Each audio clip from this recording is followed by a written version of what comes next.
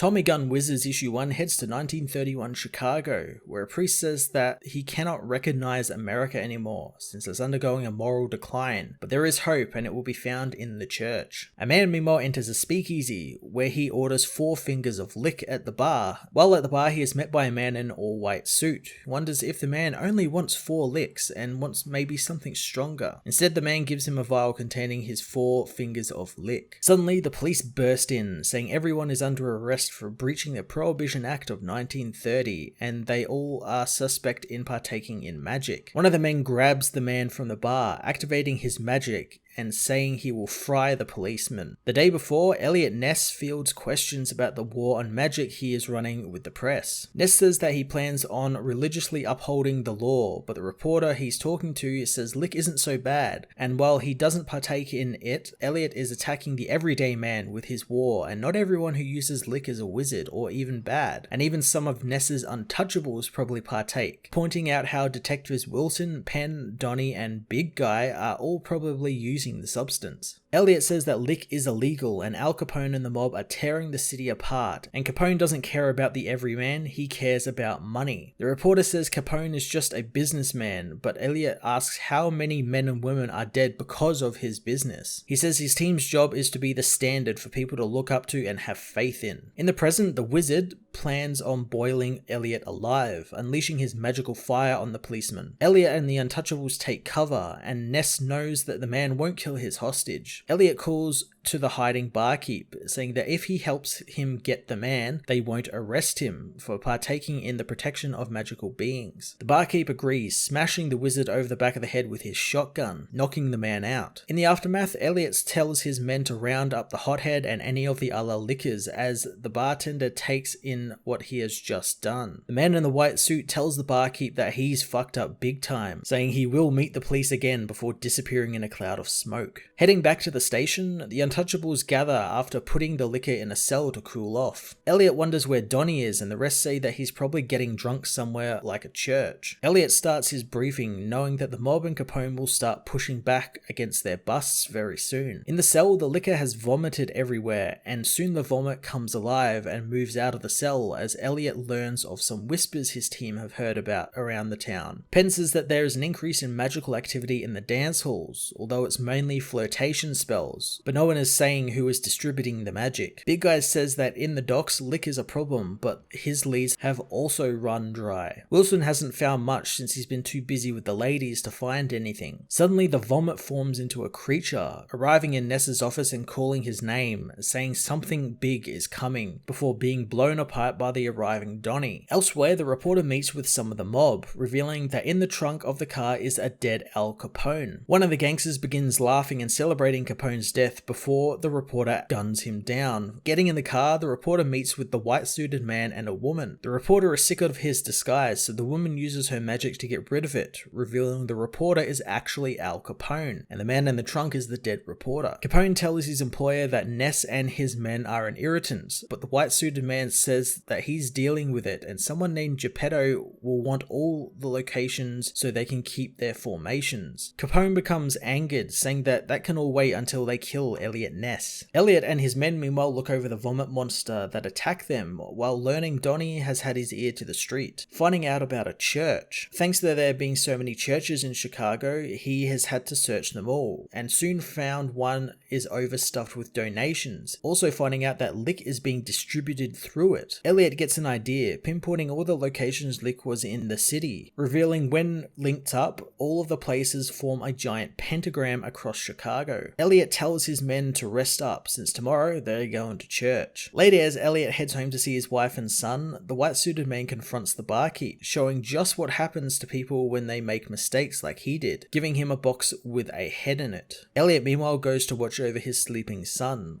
looking at a vial of lick and knowing he will do whatever it takes to stop its flow, even if that means taking the substance. A galaxy far away, the children of an alien world learn where their race's power supply comes from, seeing the strange toad-like creature that produces power. Their guide tells them that the whole city district is powered off this one creature, and as they tour the facility, a hooded woman runs across the rooftops towards the building the children are in. The children meanwhile learn that the female toad creatures can disguise themselves to look like like them. And as the children move on, the woman opens a portal and comes to the Toad, saying that she is there to get her love out of his slavery. Tommy Gun Wizards issue 1 was an absolute blast from the beginning to end. The combination of 1930s gangster era stuff and magical elements isn't something that's new, but Christian Ward puts a really fun spin on it and builds a fun universe around the premise of the Untouchables but with magic. I'm really looking forward to the continuation of this wonderful book, as well as the dubious nature of Elliot's war on magic, especially given how he might be partaking in magic himself. I'm going to give this issue a 9 out of 10.